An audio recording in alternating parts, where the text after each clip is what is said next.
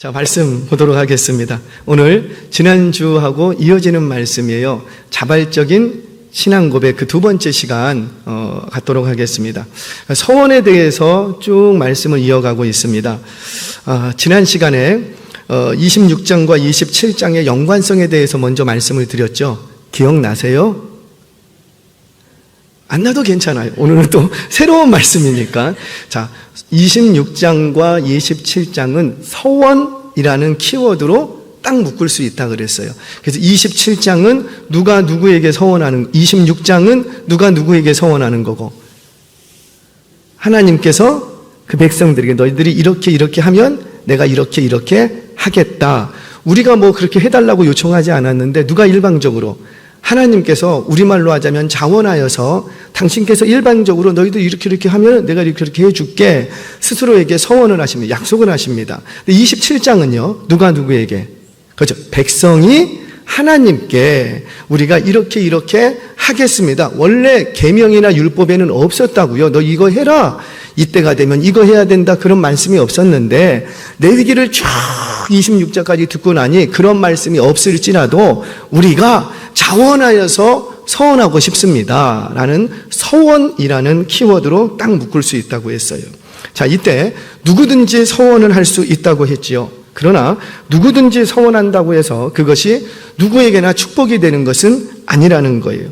그 서원이 하나님을 사랑하고 하나님을 경외하는 마음에서, 하나님을 전적으로 의탁하고 신뢰하는 마음에서 자원하는 신앙 고백이 되어야 되는 거예요. 아멘이세요? 제가 지금 뭘 얘기했죠? 신앙 고백. 신앙 고백이라는 거는 은혜 받고 끝나는 게 아니고 내가 이렇게 살 겁니다. 살아내는 것을 신앙 고백이라고 얘기를 하는 거죠. 즉 서원을 너의 자발적인 신앙 고백으로, 그러니까 서원을 기쁘게 이행하면 그것은 또 다른 축복을 덤으로 받을 수 있는, 선물로 받을 수 있는 통로가 된다. 이 말씀을 드렸습니다. 자, 오늘은 자발적인 신앙 고백, 그 서원, 그 두 번째 시간으로 어떻게 해야지 이 자발적인 신앙 고백, 이 자발적인 서원이 나에게 또 다른 축복이 되어서 돌아올 수 있는가? 오늘은 개인적으로 해야 될 것 한 가지와 우리 신앙 공동체, 우리가 그 서원자를 위해서 해줘야 될 것 한 가지가 있어요. 그 두 가지를 오늘 묵상할 겁니다. 하나는 개인적으로 서원하는 사람이 해야 될 것 하나와 그 서원을 들은 우리 공동체, 신앙 공동체가 해야 될 것 하나, 이 두 가지를 말씀드리겠습니다. 자, 첫 번째, 개인이 해야 될 게 있어요. 내가 자원하는 이 신앙 고백, 이 서원이 내게 축복이 되어서 돌아오려면 내가 서원하는 자가 반드시 이제 주의해야 될 게 있어요. 그게 뭐냐면 손해를 감수해야 된다. 뭘 감수하라? 손해를.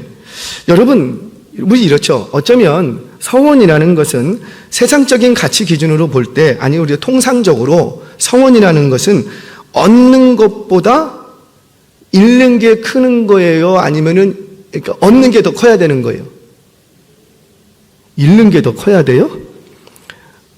아니, 하나님 나에게 1억 원 주세요. 그럼 내가 10억 드리겠습니다. 그렇게 서원하세요?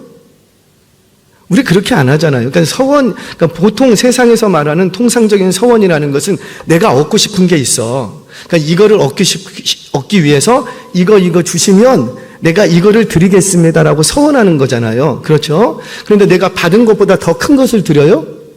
그런 경우는 없어요. 그런 경우는. 그런데 하나님이 기뻐하는 서원은 내가 받은 것보다 더 큰 것을 드릴 수 있는 손해를 감수해야 한다는 거예요. 자, 말씀을 좀 듣도록 하겠습니다. 설명을 할게요. 27장을 우리 쭉 읽었습니다. 쭉 읽었는데 1장부터 25절까지 계속, 27장 전체예요. 끝까지 무슨 얘기만 나오냐면 돈 얘기. 뭐니 해도 돈 얘기가 처음부터 끝까지 나옵니다. 자, 1절에서 8절까지만, 25절까지만 볼 때 1절에서 8절까지는 사람을 하나님께 서원하게 드린다고 했어. 이때 뭘로 바꿔서 드려라? 그렇죠. 돈으로. 사람으로 드리지 말고 뭘로 바꿔라? 돈으로. 9절에서 13절 내가 가축을 드리기로 서원했어요. 그랬으면 가축으로 아니고 뭘로? 뭘로? 돈으로 환산해서 드릴 수 있다는 거예요. 14절에서 15절 자기 집을 드리기로 서원했어요. 그때 드릴 때 뭘로 바꿔서? 돈으로. 16절에서 25절까지 자기 밭을 드리기로 했어요. 여기서 밭을 드린다라는 것은 이제 밭을 드리기로 했어요. 그러면 이 밭을 드릴 때에도 뭘로 바꿔서? 돈으로 환산해서 드릴 수 있다라는 거죠. 자, 그렇다면 우리 질문해 봐야죠. 왜 하나님께서는 내가 서원을 하는데 사람을 드리겠습니다, 가축을 드리겠습니다, 뭐 집을 드리겠습니다, 밭을 드리겠습니다, 서원을 하는데 이것을 돈으로 환산해서 내게 가져와라, 왜 이렇게 할까요? 하나님께서 돈을 좋아하셔서 그래요? 아닌 거 아십니까? 돈을 좋아해서 그런 게 아니죠. 제 교회가, 저는 헌금 얘기를 할 거예요. 하라고요? 할 거예요. 근데 본문이 요청을 하면, 하나님께서 본문을 요청하면, 어떤 목적을 두고 하는 게 아니고 본문이 요청을 하면 본문대로 이제 설교할 거예요. 다음 주는 미리 얘기할게요. 다음 주는 무슨 얘기할까요? 또 돈 얘기할 거예요. 또 돈 얘기할 거니까 그거 나는 좀 듣기 마음 힘들어요. 그러면은 그냥 오지 마세요. 그런데 본문이 그걸 얘기하기 때문에 말씀을 드릴 거예요. 자, 그런데 그렇지 않으면 제가 뭐 굳이 의도적으로 헌금 얘기는 하거나 그러진 않습니다. 그런데 교회가 헌금 얘기를 하면 마치 교회가 돈을 밝히는 사집단인 것처럼 비춰지는데 그거 아니에요. 그거를 프레임이라고 합니다. 누가 만드는 프레임이라? 사단 마귀가 만드는 프레임에 어디 외국에서 공부하고 온 신학 박사님도 여기에 딱 걸려버리고 여러분, 어디 유튜브에 어디 박사, 외국에서 공부하고 온 어디 박사, 서울대, 연대, 신학과 박사. 여러분, 그게 다 옳은 말이 아니에요. 저희와 가는 길이 달라요. 그래서 여러분 잘 구분하셔야지 돼요. 그 사람이 어디서 공부했느냐에 따라서 그가 가지고 있는 신앙 체계, 가치관이 다릅니다. 그래서 무조건 신학 박사라고 해서 다 들을 수 있는 말이 아니라는 거예요. 자, 여하튼 간에 교회에서 헌금 얘기를 하면은 저 교회는 돈만 밝히는, 목사님이 헌금 얘기하면 목사님이 돈만 좋아한다고 이렇게 생각하게 만드는 걸 뭐라고 하냐면 프레임이라고 합니다. 근데 그 프레임을 누가 만드냐면 사단 마귀가 만드는 거예요. 세상이 그렇게 만드는 거예요. 자, 왜 서원을 하는데 돈으로 환산으로 가지고 해서 돈으로 바꿔서 가져오라고 말하냐? 왜 그럴까요? 우리가 서원할 때 정말 성령의 감동으로 믿음으로 서원을 하는데 무슨 문제만 딱 걸리면, 돈 문제만 딱 걸리면 이상하게 하나님을 향한 마음도 흔들리더라는 거예요. 아닌 것 같은데 돈이 내게 아무것도 없습니다, 뭐든지 드리겠습니다 이랬다고 해도 뭐로 딱 바뀌면, 돈으로 바뀌면 이상하게 그 돈에 하나님을 향했던 마음도 우리가 흔들리더라는 거예요. 이걸 하나님이 아신다 모르신다? 아신다라는 거죠. 그래서 하나님께서는 뭘 하시는 거냐면 이 돈을 가지고 나를 향한 마음이 흔들리지 않도록 훈련시키는 거예요. 신약교회에 일어났던 충격적인 사건 하나가 그걸 얘기해 주지 않습니까? 아나니아와 삽비라 이야기. 이건 뭘 보여주는 거예요? 너희들 하나님 앞에 작정헌금 했으면 반드시 해야 된다, 그거 보여주는 거예요? 아니에요. 지금 헌금 얘기를 하는 게 아니에요. 그렇게 보면은 세상에 만들어 놓은 프레임으로 우리가 성경을 보는 거예요. 아니에요. 자, 성경을 보겠습니다. 사도행전 5장 3절 4절 말씀 같이 한번 읽겠습니다. 시작. 베드로가 이르되 아나니아야, 어찌하여 사단이 내 마음에 가득하여 내가 성령을 속이고 땅값 얼마를 감추었느냐? 땅이 그대로 있을 때에는 내 땅이 아니며 판 후에도 내 마음대로 할 수가 없더냐? 어찌하여 이 일을 내 마음에 두었느냐? 사람에게 거짓말한 것이 아니요 하나님에게로다. 아멘. 이걸 이렇게 쭉 읽으면, 깊이 묵상하지 않으면 진의를 몰라요. 아는 것 같은데 몰라요. 자, 이거를 공동번역서에서는 굉장히 잘 번역을 해놨습니다. 혹시 자막이 가능할까요? 공동번역서. 자, 우리 같이 한번 읽겠습니다. 시작. 그때에 베드로가 그를 꾸짖었다. 아나니아야, 왜 사단에게 마음을 빼앗겨 성령을 속이고 땅 판 그 돈의 일부를 빼돌렸소? 팔기 전에도 그 땅은 당신 것이었고 판 후에도 그 돈은 당신 마음대로 할 수 있었던 것이 아니오. 그런데 어쩌자고 그런 생각을 품었소? 당신은 사람을 속인 것이 아니라 하느님을 속인 것이요. 좀 쉽게 이해가 오십니까? 무슨 말이냐면 그 땅이 땅으로 있을 때에도 누구 것이었고 당신 것이었고 자꾸 하나님 것이 하나님 것이죠. 다 내 것도 누구 거? 하나님 것도 하나님 것, 다 하나님 것인데 일단 그 땅은 누구 거였고 자막 조금만 더 띄워주시겠어요? 누구 것이었고 땅이 또 하나님 내 거 거기 얘기하잖아요.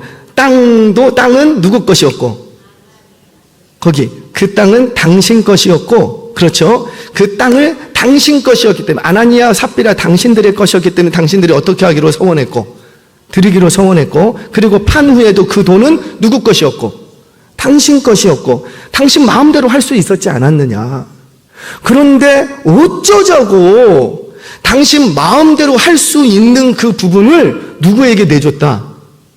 사단에게. 왜 내줬냐? 지금 그 얘기를 그러니까 돈 얘기를 하는 게 아니고 사단에게 뭐가 뺏겼더라? 마음이 뺏겼더라는 거예요. 마음이. 사단이 그 마음을 딱 사로잡아 버린 거예요. 사랑하는 여러분, 아무리 하나님 앞에 헌신하고 지난날에 큰 서원을 했던 인생이어도 그 마음이 사단에게 뺏기면 죽은 거예요. 사단에게 마음이 뺏기면 그냥 죽은 거예요. 여전히 내게 어떤 신앙적인 모습이 있고 여전히 예배의 자리에 있고 출석도 하고 봉사의 자리도 잘 지키고 수십 년째 한다 할지라도 그 자리를 지킨다 할지라도 그 자리를 지키는 것과 그 마음이 사단에게 뺏겼으면 그 자리를 지킨다 할지라도 그건 뭐라? 산 게 아니고 죽은 거라. 그걸 보여주는 사건이 아나니아와 삽비라의 사건이었던 거예요. 그만큼 우리는 하나님을 사랑한다고 하면서도 일단 돈 문제가 딱 걸리면 사단의 덫에 걸리기 쉽다라는 거죠. 그만큼 돈에 우리가 약하다는, 이거는 하나님이 아시고 하나님도 인정을 하고 계시는 부분이기 때문에 그래서 예수님 뭐라? 너희가 하나님과 재물을 겸하여 섬길 수 없다. 주님께서 유일하게 하나님과 견줄 만한 세력을 딱 가지고 얘기를 하셨는데 그게 뭐라? 돈, 재물. 그러니 저는 돈이 아무리 많아도 괜찮아요. 절대 하나님 버리자. 호언장담하기 어려운 부분이에요. 그래서 우리 어떻게 해야 되고? 늘 조심해야 돼요. 그래서 조심하라는 거예요. 늘 돈이 없을 때는 덜 조심하셔도 돼요. 하나님 떠날 일이 별로 없어. 근데 돈이 많아지면 그때부터 어떻게 해야 되겠다? 조심. 더 깨어 있어야 된다는. 왜? 우리가 이걸 아니까. 혹시 내가 이 돈 때문에 하나님께 마음이 떠나면 안 되지? 이 돈 때문에 내가 하나님께 정했던 그 마음이 바뀌면 안 되지?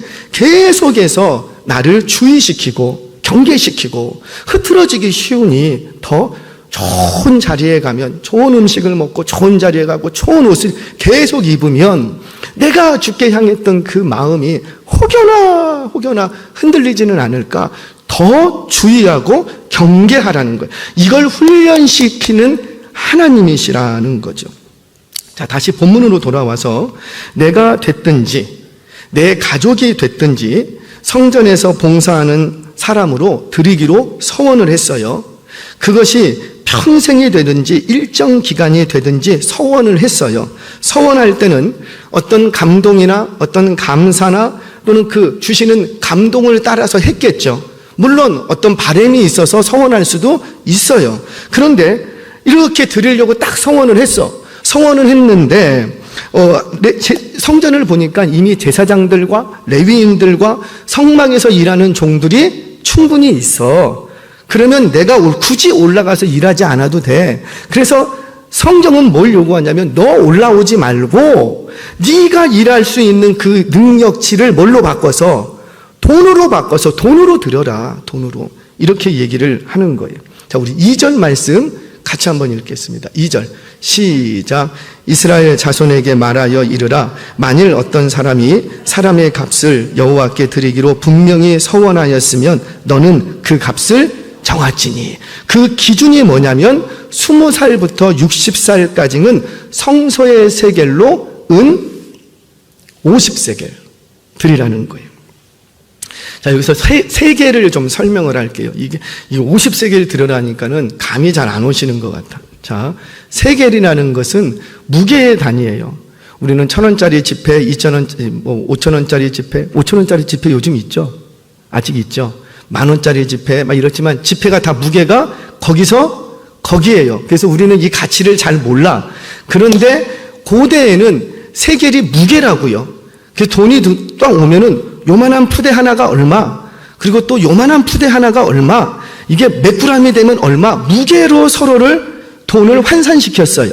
그래서 세겔도 무게의 단위이고, 우리가 잘 알고 있는 금 1달란트, 2만 달란트, 10달란트, 달란트라는 것은 탤런트가 아니에요. 탤런트라는 말이 아니고 달란트라는 것은 무게의 단위예요. 무게의 단위.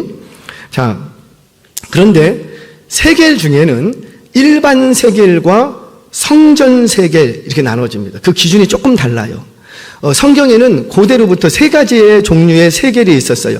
왕실 세겔, 일반 세겔, 성전 세겔, 이렇게 세 개로 나누어집니다. 자, 먼저 일반적인 세겔, 일반 세겔을 좀 설명을 할게요.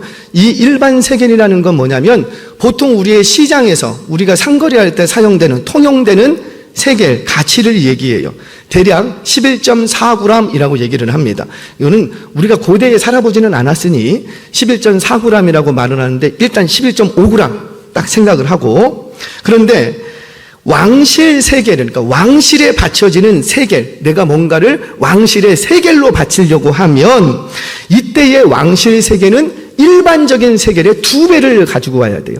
그러니까 일반 세겔 2세겔이 왕실 세겔 1세겔하고 같은 가치를 갖는다라는 거죠.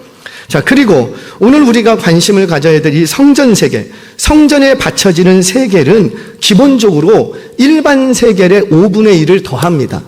그러면 11.5g에 5분의 1, 20%를 더하는 거예요. 그러면은 대략 13.8g, 14g 그 정도 되는 거예요. 그러니까 약간 더 무거운 거죠.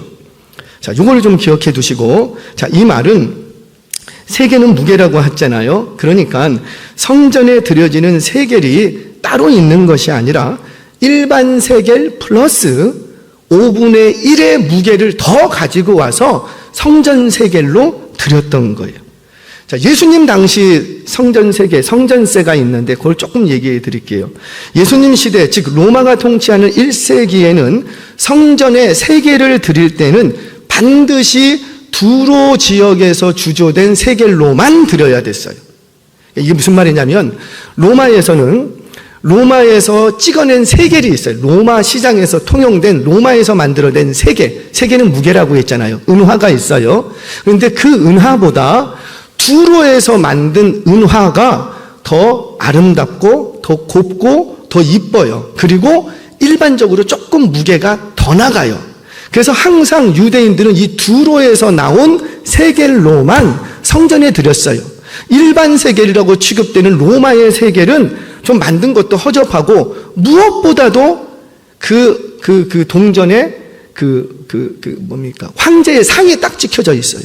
그랬기 때문에 황제의 얼굴이 찍혀져 있는 것을 싫어. 그래서 예수님이 뭐라고 말씀하시냐면 세금을 낼까요 말까요 할 때 뭐라 그래요? 가이사의 것은 가이사에게, 하나님의 것은 하나님에게. 이게 무슨 말이에요? 가이사에게 세금 낼 것은 무슨 세겔로 내면 되고, 그렇죠? 로마에서 통용되는 세겔로 내고, 가이사의 것은 가이사 나라에서 찍어온 그 세겔로 내면 되고, 하나님의 것은 성전 세겔로 내야 되니까 뭘로 내야 되고, 두로 세겔로 내야 되고, 그런 의미가 있지. 하나님의 것은 하나님에게, 가이사의 것은, 물론 가이사의 것도 누구 거예요?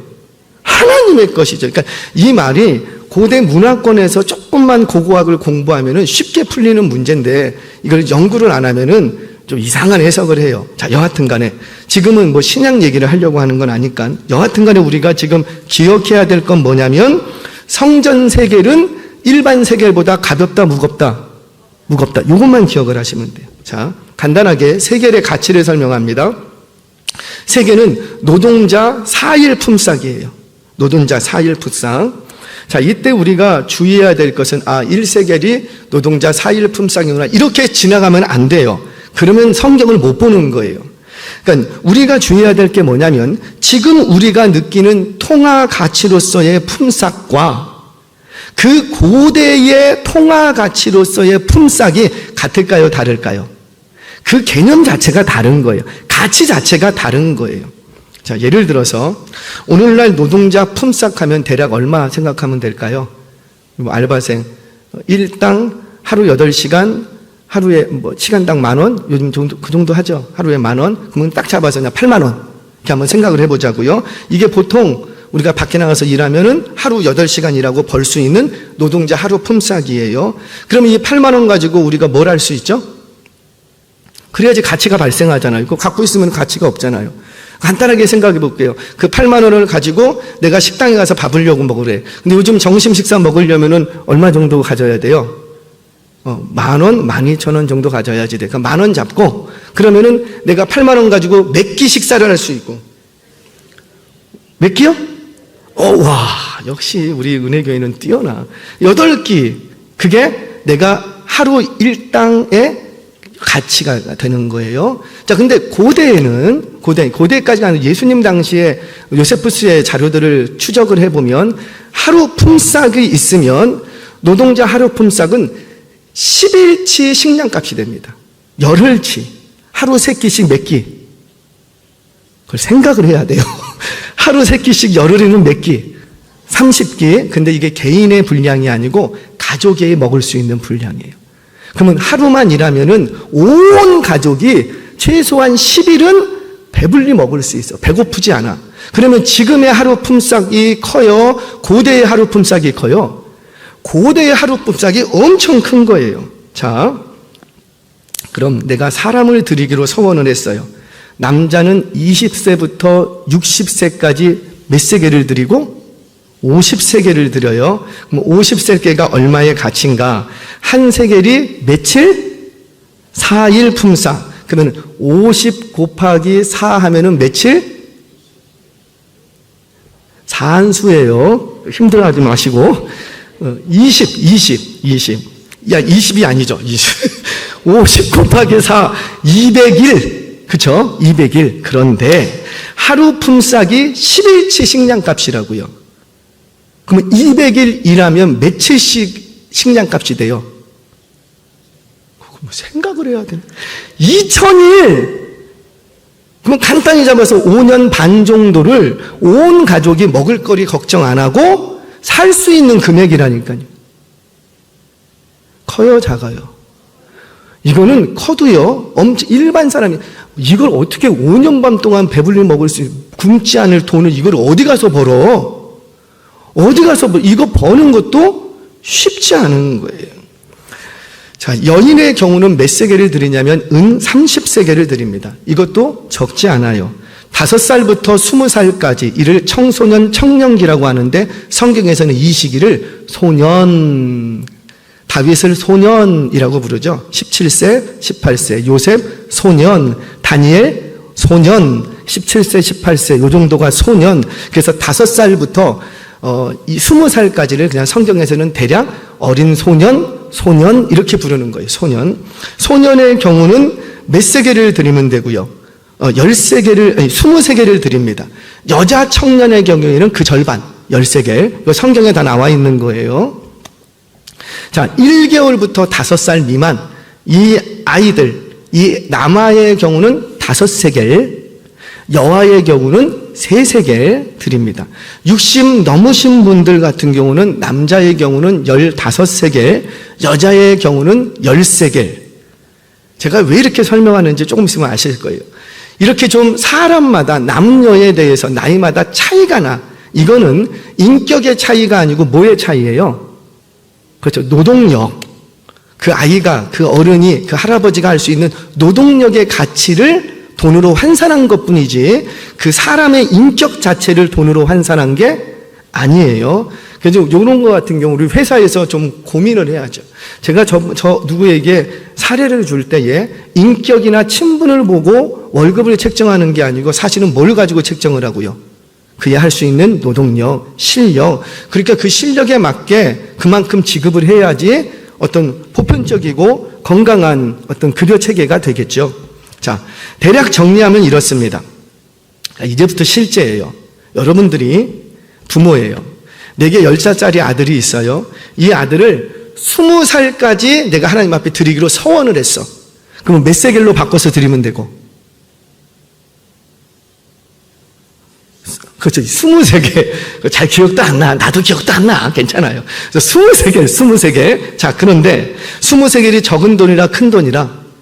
큰 돈이라는 거죠. 그런데 만약에 이 10살짜리 아이를 평생 드리기로 했어, 하나님 앞에. 한나의 경우 사무엘을 평생 드리죠. 평생 드리기로 했어요. 그럼 얼마를 드려야 될까요? 얘가 10살이었으니까는 10살부터 20살까지 몇 세겔? 20세겔. 그리고 20부터 60까지는 몇 세겔? 50세겔. 그 60이 넘으면 몇 세겔? 15세겔. 아니, 맞나요? 15세겔. 그러면 총 몇 세겔? 뭐 내가 드릴 것도 아닌데. 그래요. 85세겔이 되는 거예요. 아까 우리 50세겔이 얼마인지 대충 봤죠? 한 10년치 드려야 되는 거예요. 아이가 만약에 어릴 때 드린다. 뭐 사무엘 같은 거는 애 때 드렸잖아요. 젖되고 나서 드렸잖아요. 그렇게 되면 그 금액은 더 커지는 거예요. 아이를 5살 미만의 아이를 드린다고 할 때도 5세겔을 드려야 되는데 그것도 역시 적은 돈이 아니라는 거예요. 자, 가축의 경우도 마찬가지입니다. 가축은 구체적으로 이 사람처럼 금액이 정해져 있었던 건 아니에요. 드릴 때마다 그때그때의 시세에 따라서 유동성이 있었습니다. 밭이나 집도 마찬가지예요. 우리 왜 집값이 오를 때가 있고 내릴 때가 있잖아요. 땅값이 오를 때가 있고 내릴 때가 있죠. 뭐 땅이 있어야지 말이 통하지. 그런 게 있어요. 그런 게. 그러니까는 그런 거에 따라서 유동적으로 가격이 변동을 하게 됩니다. 자, 근데 그걸 누가 정하느냐? 누가 정할까요? 이건 하나님이 정한 게 아니에요. 누가? 제사장. 성경 봅니다. 12절 같이 한번 읽겠습니다. 시작.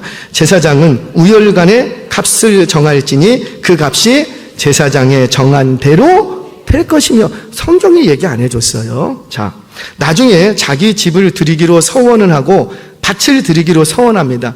그러면 이거는 클까요? 작을까요? 이거는 상상도 할 수만큼 더 큰 금액이 되는 거예요. 자, 그러면 서원하는 사람 입장에서 서원이 쉽다, 어렵다?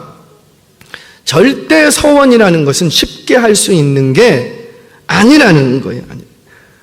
물론 가축으로 하는 서원은 사람이나 집이나 밭을 드리는 서원보다는 훨씬 쉬웠어요. 왜? 뭐가 작으니까. 돈의 가치가 작으니까 아무래도 쉬웠어요. 그래서 실제로 사람들이 서원할 때는 대부분 뭘로 서원하냐면 가축으로 서원을 하는 겁니다. 뭘 보여주냐면 우리는 서원 그러면 이거 해주세요. 내가 그러면 이렇게 하겠습니다라고 쉽게 서원을 할 수 있는데 성경에서 말하는 서원은 그런 유의 것이 아니라는 거예요. 최소한 서원을 할 때는 나에게 있어서 엄청난 손해를 감수하고 하는 게 서원이라는 거예요. 근데 우리는 서원을 하면 내게 주실 것, 이익만을 생각하지 내가 손해를 봐야 된다는 것을 생각지 못해요. 사랑하는 여러분, 정말 나의 서원이 하나님이 축복하시는 서원이 되기를 원한다면 제발 딜하지 마세요. 언제 한번 새벽에 말씀드렸나요? 딜하지 마세요. 여러분, 딜이 뭐예요? 회사와 회사끼리 막 딜하죠. 딜은 내가 원하는 바를 얻기 위해서 내 하나 주는 거예요. 손해를 감수해요. 그런데 손해보다도 뭐가 더 크기 때문에, 근데 내가 넣는 이익이 크기 때문에 내가 하나 주고 저기서 10개 받을 거야. 이게 딜이라는 거예요. 이게 딜을 하기 위해서 때로는 2개 주고 10개 받고 막 이렇게 할 수 있는 게 딜이라는 거예요. 그런데 하나님께는 그렇게 하면 안 된다라는 거예요. 하나님께는 서원이라는 것은 내가 얻고자 하는 게 있는데 그 얻고자 하는 것 그 이상의 손해를 감수할 수 있는 게 서원이라는 거예요. 서원이라는 거예요. 왜 그 손해를 감수하면서까지 서원을 할까요? 이런 거죠. 나는 내가 얻는 것보다 그걸 주시는 하나님을 더 사랑하는 거예요. 더 경외하는 거예요. 내게 100억을 주셨지만 이 100억보다도 나는 누가 더 사랑하는 거예요? 하나님을 더 사랑하는 거예요. 하나님을 더 경외하는 거예요. 하나님을 더 이 100억보다 하나님을 더 신뢰하는 거예요. 그러니까 우리는 어때요? 100억 주시면 제가 200억을 드리겠습니다. 할 수가 있는 거예요. 근데 딜은 그런 게 아니라는 거죠. 서원은 그런 유의 것이라는 거예요. 사랑하는 여러분, 여러분들의 서원이 하나님과 딜하는 것이 되지 않기를 바랍니다. 하나님을 너무도 사랑하기에, 경외하기에 큰 손해까지도 감수하는 서원이 되셔서 여러분들의 서원이 축복의 통로 되시기를 주의 이름으로 축원합니다. 자, 개인적으로 서원하는 자가 서원하는 게 축복이 되려면 얻는 것보다 더 큰 손해까지도 감수해야 된다. 자, 두 번째. 자, 이번에는 그 서원이 서원대로 잘 이루어지기 위해서 서원을 들은 우리 공동체가 해줄 게 있어요. 해줄 게 있어요. 자, 이 서원자의 서원이 축복이 되려면 공동체가 해줘야 될 것이 있는데 바로 원칙과 배려라는 거예요. 뭐와 뭐라? 원칙과 배려. 설명을 하겠습니다. 자, 분명 사람을 서원할 때 내가 얼마 드리겠습니다. 정해져 있어요. 그렇죠? 우리 다 살펴봤잖아요. 얼마 드려라. 이건 원칙이에요. 이게 누가 정하신 원칙? 이건 제사장이 정한 게 아니고 하나님이 정한 원칙. 너 이거 할 때는 이거 할 때는 이거, 몇 살부터 몇 살까지 이거. 하나님이 모세를 통해서 주셨던 하나님이 정하신 법, 율법, 원칙이에요. 원칙. 그런데 그 원칙 속에 뭐가 있냐면 배려가 있다라는 거예요. 자, 우리 성경 보겠습니다. 8절 같이 읽겠습니다. 시작. 그러나 서원자가 가난하여 내가 정한 값을 감당하지 못하겠으면 그를 제사장 앞으로 데리고 갈 것이요 제사장은 그 값을 정하되 그 서원자의 형편대로 값을 정할지니라. 아멘. 여기서 그러나가 중요하죠. 그러니까 앞에 이게 하나님이 정하신 원칙이에요. 이걸 지키는 게 마땅해요. 그러나가 이제 뒤에 붙는 거예요. 하나님은 우리를 향해서 한 가지 고집스러운 부분이 하나가 있어요. 그걸 하나님의 원칙이라고 한다면 원칙인데 하나님은 언제나 마음의 중심을 보신다는. 참 우리 하나님 고집스럽게도 하나님이 가지신 원칙이에요. 대원칙이 뭐냐면 뭘 보신다고요? 마음의 중심을 본다는. 서원하는 사람이 어떤 감동과 감사가 있어서 서원을 했어요. 전능하신 하나님께서 일해 주실 것을 믿고 자원해서 서원을 했어요. 그런데 갑자기 서원하고 나서 자신의 경제적인 형편이 너무 안 좋아졌어. 그래서 누굴 찾아가냐면 누굴 찾아가서 그렇죠. 제사장을 찾아가는 거예요. 이 아들을 13겔로 드려야지 마땅한데 그게 원칙인데 그 법인데 그걸 누가 정하신 법이라고요? 하나님이 정하신 법인데 그 법이 집행될 때는 정한 법은 있는데 그 법이 적용되고 집행될 때는 뭐가 있어야 되겠다? 배려. 뭐에 따라서 배려하는 거예요? 그 사람의 인격이나 뭐 그런 게 아니라 뭐에 따라서 철저하게 형편. 이 형편은 무슨 형편이에요? 그 돈 문제니까 경제적인 형편을 얘기하겠죠. 그래서 여러분 헌금할 때 어떻게 해야 됩니까? 이런저런 말씀을 하시는데 제가 성경 공부할 때는 말씀을 드렸어요. 헌금을 하실 때는 일반 보편적인 상황 속에서는 뭐에 따라서 헌금을 하라? 형편. 하나님께서 100만 원을 주셨으면 그게 나의 형편이잖아요. 그 형편을 따라서. 그러니까 일반 보편적인 상황 속에서 형편. 그런데 특별한 상황이 발생해. 예를 들어 볼게요. 선교를 해야 된다거나 갑자기 구제할 일이 있다거나 갑자기 교회를 건축하고 보수를 해야 돼. 이럴 때는 보편적인 일반적인 상황이고 특별한 상황이에요. 근데 특별한 상황에 뭔가 작정하고 헌금을 해야 될 때는 뭐를 따라서? 그때 필요한 게 믿음이에요. 왜? 이미 나는 형편대로 다 했거든. 근데 이 형편을 뛰어넘을 수 있는 게 뭐냐면은 믿음이라는 거죠. 하나님 더 주시면 더 할게요. 누구나 그렇게 할 수 있어요. 근데 그런 특별한 상황은 많이 오지 않아요. 근데 이상하게 저는 많이 오더라고요. 제가 건축을 한 3번 지나갔으니까 그때 막 교육 전도사 할 때부터 건축원금을 막 작정하고 1,500만 원 작정하고 막 교육 전도사 70만 원 헌금 사례받는데 내가 제정신이 아니지. 하여튼 그런 경우들이 있어요. 그러니까는 여러분들 헌금할 때는 보편적인 일반적인 상황 속에서는 뭐를 따라서? 형편, 하나님이 허락하신 규모, 그 형편에 지나도록 해야 될 때가 있어요. 그때는 뭘 따라서? 믿음, 이렇게 됩니다. 자, 여하튼 다시 본문으로 돌아와 볼게요. 분명한 원칙은 있는데 그 원칙이 서원자의 형편에 따라서 변경될 수가 있더라는 거예요. 변경. 이거는 바뀌는 게 아닙니다. 그냥 허용하시는 거지요. 하나님의 뜻은 허용하시는 뜻과 기뻐하시는 뜻이 있어요. 지금 전쟁의 위기도 있고, 전쟁 얘기를 좀 하죠. 전쟁은 일으키고 전쟁을 멈추고 세상 주관 다 누가 하세요? 그러면 지금 일어나는 전쟁은 하나님의 뜻입니까? 아닙니까? 이게 참 어려운 문제거든요. 그게 하나님의 뜻일지언정 그 뜻이라는 게 하나님이 기뻐하시는 뜻은 아닐 거라는 거죠. 허용하실 수는 있어요. 자, 이스라엘 백성들이 왕을 세웁니다. 왕을 세우는 거, 사실 왕을 세우고 왕을 없애는 거 다 누가 하시는 일인데? 하나님이 허락해야 세워지는 거예요. 근데 그것이 왕을 세우는 것이 기뻐하시는 일이었느냐? 하나님 기뻐하지 않았다고요. 그런데 뭘 하신 거예요? 허용을 하신 거예요. 욥이 고난당하는 거, 그거 하나님의 뜻이 아니에요. 넓은 의미에서는 뜻이라고 얘기할 수 있지요. 그러나 그 뜻이라는 건 뭐예요? 하나님이 기뻐하시는 뜻이 아니라 마귀에게 허용하신 뜻이지. 그러니까 이게 허용된 뜻이냐, 기뻐하는 뜻이냐, 이것도 우리는 구분할 수가 있어야지. 그러니까 내가 향하신 뜻이 하나님이 기뻐하시는 뜻이냐, 아니면 내가 원하는 것을 하나님께서 허락하시는 뜻이냐, 그거를 좀 구분하실 수 있어야 돼요. 자, 다시.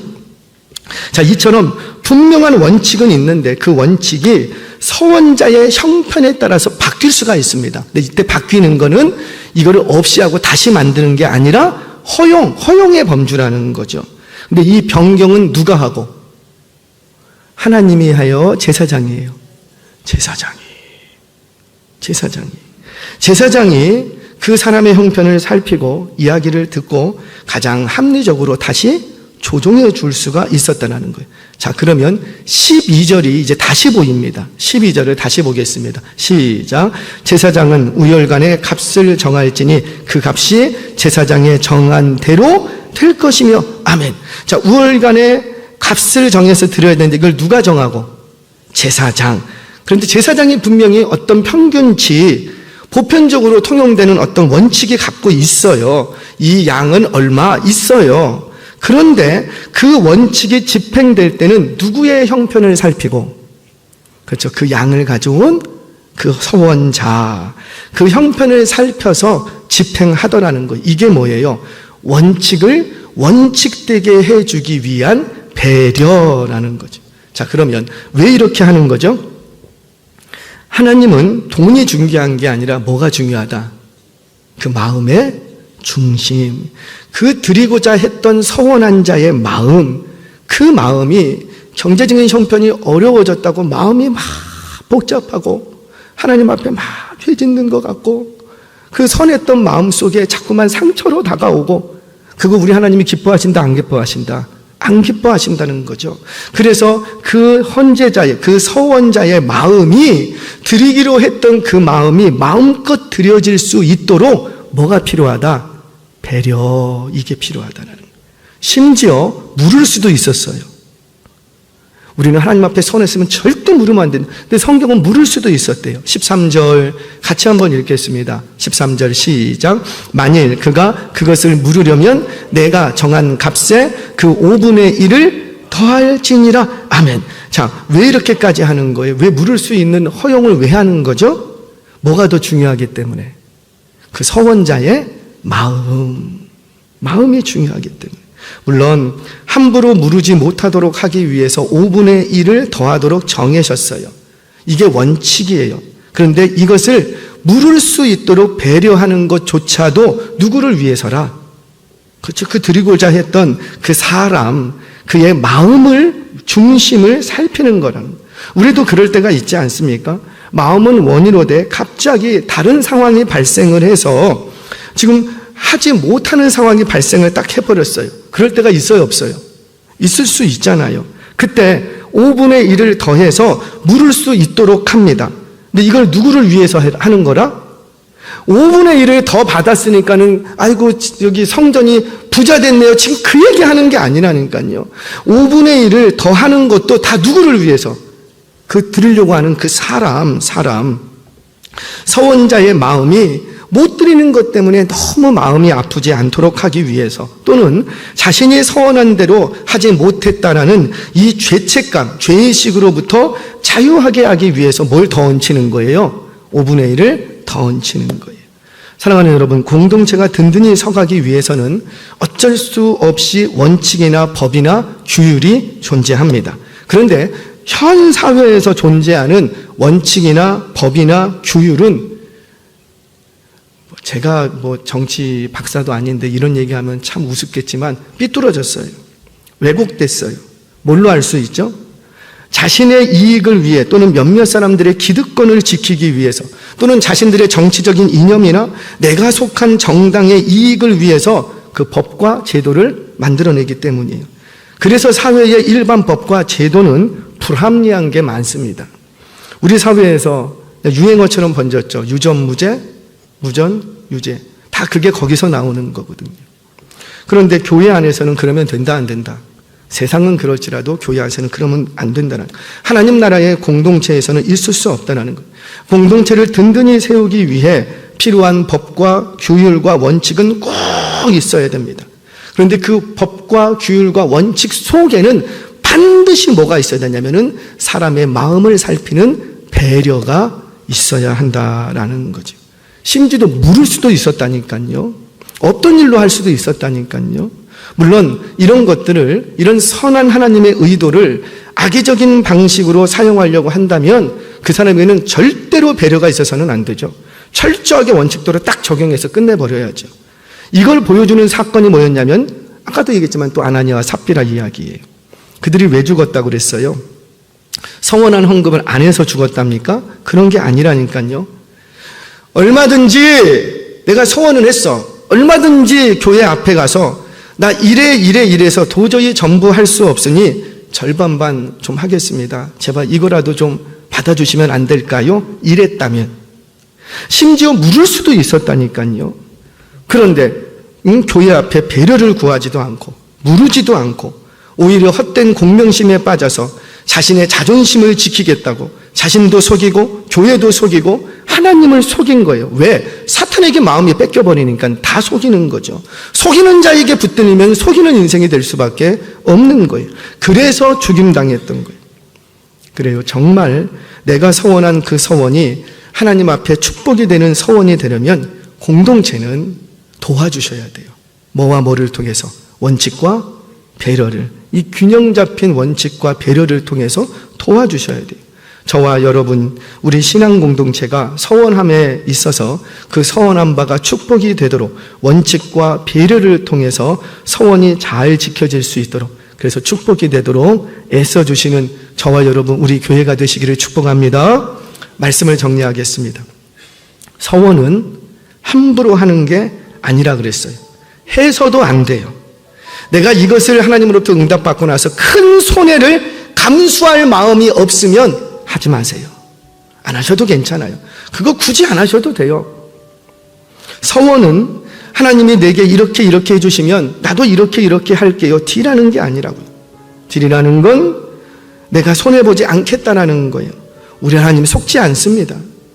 손해본다면 그걸 우리가 감수하는 거예요. 그런데 보세요. 한나는 자식이 없어서 자식을 달라고 했습니다. 근데 그가 서원을 하죠. 자식 주시면 뭘 주겠다? 다시 그 자식을 돌려드리게. 여러분, 없다가 계속 없는 것과 있다가 없는 것과 어떤 게 더 힘들어요? 어려워요? 100평 펜트하우스에 살다가 반지하로 내려가는 것과 반지에서 살다가 지하 2층으로 내려가는 것과 어떤 게 더 힘들고 어려워요? 그래요. 잘 됐다가 떨어지는 게 더 힘든 거예요. 차라리 주질 마시지. 자식 주시면 내가 그 자식을 드리겠습니다. 그럼 자식이 자신한테 없어지는 거예요. 그러면 또 한 번 수치스러운 자리로 떨어지는 거라고. 이걸 감수했던 사람이 누구라? 한나. 자식 주시면 새 아들과 2딸 주실 줄 믿습니다. 그랬어요, 안 그랬어요? 주실 거를 기대도 안 했고요. 기도도 안 했다고요. 그게 서원이라는 거지요. 정말 그렇게 했을 때 내게 큰 손해가 있어도 나는 그것을 감수하겠다는 거. 왜? 이거보다 누구를 더 사랑하니까? 하나님을 사랑하니까. 하나님은 이걸 기뻐하시는 거예요. 저와 여러분이 서원할 때 큰 손해가 있을지라도 감수하며 내게 무엇을 주시든지 그 주신 것보다 하나님을 더 사랑한다는 것을 보이시기를 바랍니다. 그리고 그 서원이 잘 이루어질 수 있도록 공동체는 도와주시기 바랍니다. 그 원칙은, 그 방식은 원칙과 배려예요. 공동체가 정결해지기 위해서 원칙은 지켜져야 돼요. 그러나 원칙도 사람을 위해서라는 거죠. 이렇게 균형 잡힌 원칙과 배려를 통해서 서원하는 자가 그 서원대로 잘 이행할 수 있도록 도울 수 있는 우리 공동체가 되시기를 바랍니다. 그렇게 할 때 누구나 다 하나님 앞에 서원한 그것이 무거운 짐이 아니라 도리어 또 다른 축복이 되어서 우리 가운데 나타날 줄로 믿습니다. 이런 은혜를 경험하시기를 주의 이름으로 축원합니다.